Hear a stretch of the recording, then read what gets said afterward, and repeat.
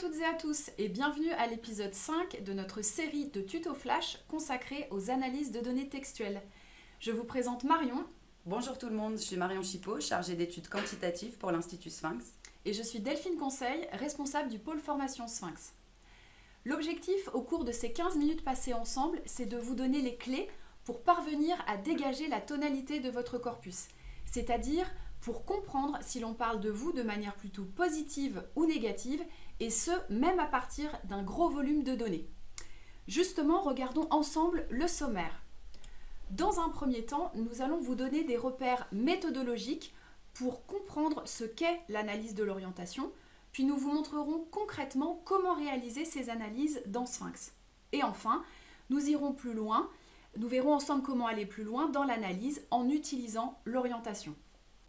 Pour cela, par rapport aux données, nous nous appuierons sur des avis Google de 6 établissements de santé différents qui ont été importés au préalable dans Sphinx avec des informations associées comme la note de satisfaction globale ou encore le nom de l'établissement. Vous avez vu précédemment avec nos collègues les différents protocoles proposés par Sphinx pour l'analyse de vos données textuelles. Et ce tuto flash viendra compléter cette série avec une analyse transverse qu'est l'analyse de l'orientation. Je vais maintenant laisser la parole à Marion pour démarrer avec la définition de l'orientation. Merci beaucoup Delphine. Donc avant de passer concrètement à la production de l'analyse de l'orientation, on va s'arrêter un petit peu ensemble pour comprendre ce qu'il y a derrière. Donc finalement, l'analyse de l'orientation, ce qu'il faut savoir, c'est que c'est une analyse automatique qui va être effectuée à partir d'un moteur sémantique qui est directement intégré aux solutions Sphinx. Analyser l'orientation, c'est finalement, comme l'a dit Delphine, analyser la tonalité de votre corpus, c'est-à-dire comprendre dans quelle mesure les commentaires laissés sont plutôt positifs ou négatifs, et cela sans avoir à les lire un à un. C'est bien là toute l'utilité et la puissance de cette analyse. Donc finalement, qu'est-ce qui va se passer en termes de processus ? Le moteur sémantique va venir, pour chaque verbatim, isoler des segments de phrases. Ensuite, à l'intérieur de chaque verbatim, le moteur va venir analyser chaque segment afin de lui attribuer une orientation. Comme on le voit sur l'écran, cette orientation va être attribuée sur une échelle en 7 points, allant d'un pôle nettement négatif à un pôle nettement positif. Suite à ça, le moteur va venir attribuer une orientation à chaque verbatim et cette orientation sera la synthèse des orientations des segments composant ce verbatim. J'espère que l'idée est un peu claire. Voilà pour les aspects théoriques qui sous-tendent cette analyse. Passons maintenant à la procédure pour l'obtenir sur Sphinx. Donc si on parcourt rapidement l'ensemble des clics qu'il va falloir réaliser pour obtenir cette analyse, vous allez voir que c'est très rapide. Tout va se passer dans l'environnement DataViv, vous allez créer une nouvelle vue.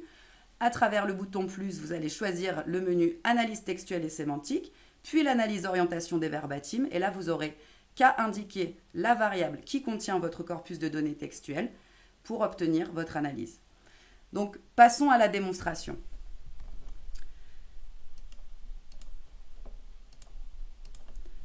Donc j'arrive ici sur mon environnement DataViv, je vais venir donc ici, choisir le module Analyse textuelle et sémantique. Dans la partie Analyse sémantique, je clique sur Orientation des verbatims. Et là, je vais venir indiquer ma variable qui contient mes verbatims. Je clique sur OK et vous allez voir qu'automatiquement, très rapidement, le moteur sémantique tourne pour nous livrer notre analyse. Donc, ce qui est important ici, c'est de voir que par défaut, le logiciel va vous proposer une restitution à la fois sous la forme d'un tableau sur la partie gauche, à la fois sous la forme d'un graphique. À vous de conserver l'une ou l'autre ou les deux en fonction de vos préférences. Ce que moi, je voudrais vous montrer, qui est important à mon sens, c'est déjà que la représentation qui est proposée automatiquement par le logiciel est une représentation simplifiée. Si on regarde le graphique à droite, vous voyez que vous avez finalement que 4 modalités, alors que je vous parlais tout à l'heure d'une échelle plus complète qui allait d'un pôle nettement positif à un pôle nettement négatif. Donc pas d'inquiétude, le logiciel a simplifié la restitution à travers un regroupement de modalités. Donc si vous souhaitez récupérer l'information complète, il vous suffit de venir décocher ce petit bouton Gestion des modalités. Vous voyez qu'ici, mon secteur représente bien toutes mes modalités. Maintenant, si je veux les deux représentations en même temps, je vais laisser cocher l'option gestion des modalités et je vais venir cocher également détailler les regroupements. Vous voyez comme ça, au centre apparaît la représentation simplifiée et j'ai quand même l'information complète autour. Donc là, il ne s'agit que de petits paramétrages en fonction de vos préférences, de lecture, etc. Maintenant, si on rentre dans l'interprétation de cette analyse de l'orientation, ce qui est intéressant de voir, c'est déjà que sur mon corpus de données, j'ai finalement 1932 verbatim. Donc vous vous rendez compte de l'importance de mon corpus. Et sans avoir à les lire un à un, je sais en quelques clics, que 49% de mes verbatim sont orientés positivement. Parmi eux, j'ai même une proportion de verbatim qui est nettement positive, puisque j'ai 34% de verbatim colorés très positivement. Pareil, si je regarde ici, j'ai 11% de mon corpus de verbatim qui qui a été finalement étiqueté partagé, puisqu'il ne se distingue ni sur le pôle positif, ni sur le pôle négatif. Donc, vous voyez que finalement, en quelques clics et en quelques secondes, j'arrive à obtenir la tonalité de mon corpus très facilement, encore une fois, sans avoir à parcourir un à un mes données, une à une mes données.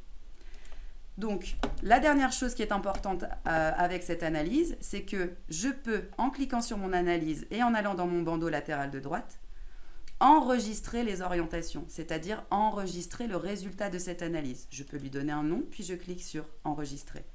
Et vous voyez maintenant que ma variable apparaît sur le bandeau latéral de gauche à la fin de ma liste de variables. Et vous allez voir avec Delphine, à qui je vais rendre la parole tout de suite, comment à partir de cette analyse de l'orientation, vous allez pouvoir pousser vos analyses pour mieux appréhender votre corpus de données textuelles.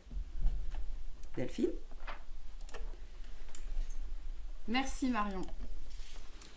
Donc imaginons que je suis chargée d'études au sein d'un groupement de centres hospitaliers et que je souhaite aller au-delà de la répartition des pourcentages de l'orientation de mon corpus. Donc une fois qu'on a obtenu cette orientation, j'ai différentes façons d'aller plus loin et je vais vous montrer quatre exemples différents.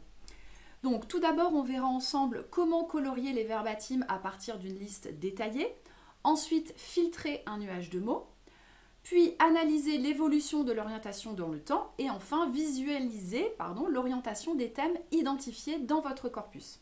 Donc maintenant, nous allons retourner dans DataViv et on va voir donc le premier cas qui va être faire afficher les verbatim avec la coloration du texte en fonction de l'orientation.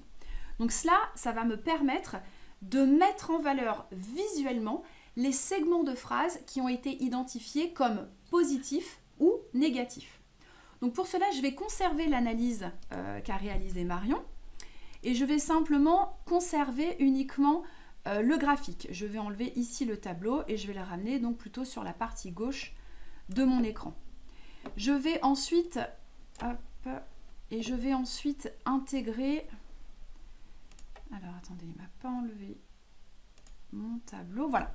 Et donc maintenant, on va intégrer la liste des verbatim, la liste détaillée des verbatim. Donc je viens cliquer glisser ici ma variable commentaire.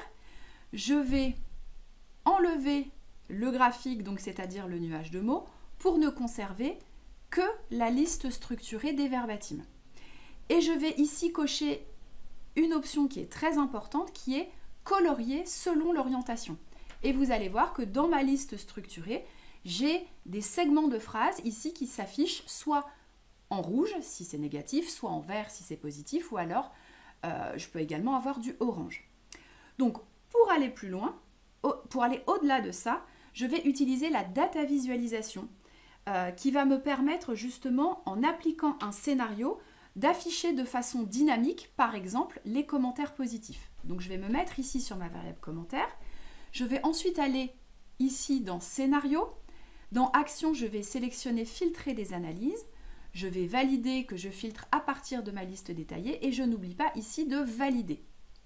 Et vous voyez que si je clique ici sur Positif, la liste structurée de mes verbatim à droite va être filtrée et donc vont s'afficher les commentaires qui, au global, auront été détectés de façon positive. Hein. Ne vous étonnez pas, vous voyez du orange et du rouge, mais vous avez une majorité de vert puisque c'est une orientation globale. Voilà pour cette première façon de faire. Deuxième façon de faire, donc je vais ouvrir une nouvelle page. Nous allons voir ensemble comment faire afficher un nuage de mots pour mettre en avant les mots qui sont contenus dans des observations spécifiquement positives ou encore négatives. Donc pour cela, je vais intégrer pareil ma variable commentaire. Là, ici, je vais conserver le graphique, donc je conserve mon nuage de mots et j'enlève le tableau. Et je vais ensuite appliquer un profil. Donc ce profil, hein, rappelez-vous, dans profil, je vais ici sur l'onglet avancé, je vais aller ici dans définir un profil et je vais donc par exemple vouloir appliquer un profil sur les commentaires qui auront été tagués comme positifs. Hein, donc je vais mettre rapidement un plus ici et je vais venir ici rechercher la variable qu'a au préalable enregistré Marion tout à l'heure, qui est donc la variable commentaire orientation. Et je vais choisir en modalité plutôt positif et nettement positif et je valide avec OK.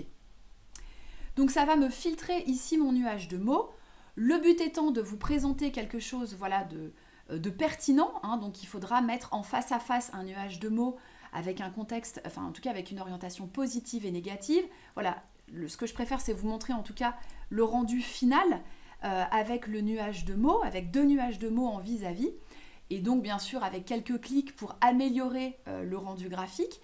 Et donc vous voyez ici un premier nuage de mots qui ont été, donc ces mots qui ont été cités dans des commentaires avec une orientation positive, où l'on retrouve le mot personnel, merci, service, accueil par exemple, alors que à droite vous avez un nuage de mots avec des commentaires avec une orientation négative. Et là on voit que urgence, médecin, attente, personne, voilà, là par contre ressortent au niveau de ce nuage de mots. Voilà, donc ça vous permet déjà de pouvoir dégager de premières tendances. Et si vous souhaitez exclure certains mots pour faire évoluer votre nuage de mots, comme par exemple le mot hôpital, et bien là, dans ces cas-là, je vous invite à visualiser le premier tuto flash qui était consacré à l'exploration des verbatims.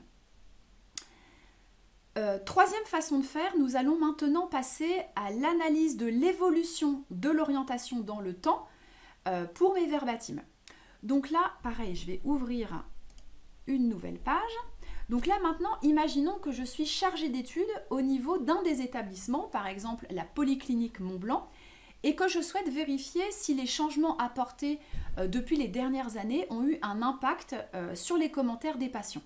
Et pour cela, je vais réaliser maintenant un tri croisé. Donc je vais venir ici cliquer sur le plus, je vais ensuite aller ici dans Analyse croisée.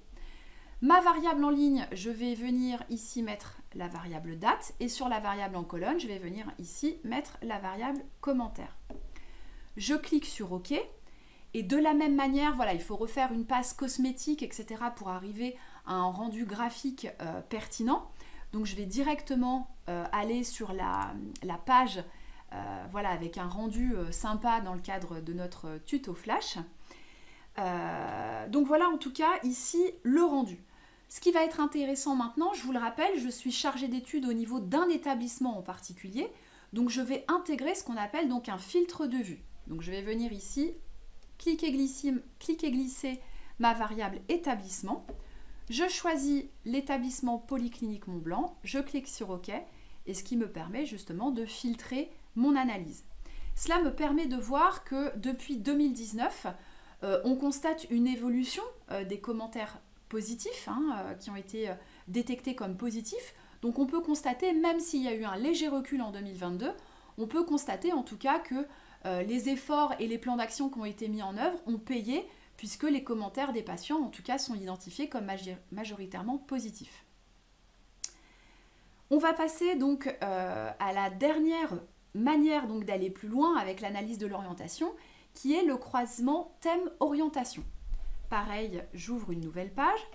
Donc ça ici, cette analyse, elle fait complètement écho au tuto flash précédent qui était consacré à l'analyse par dictionnaire.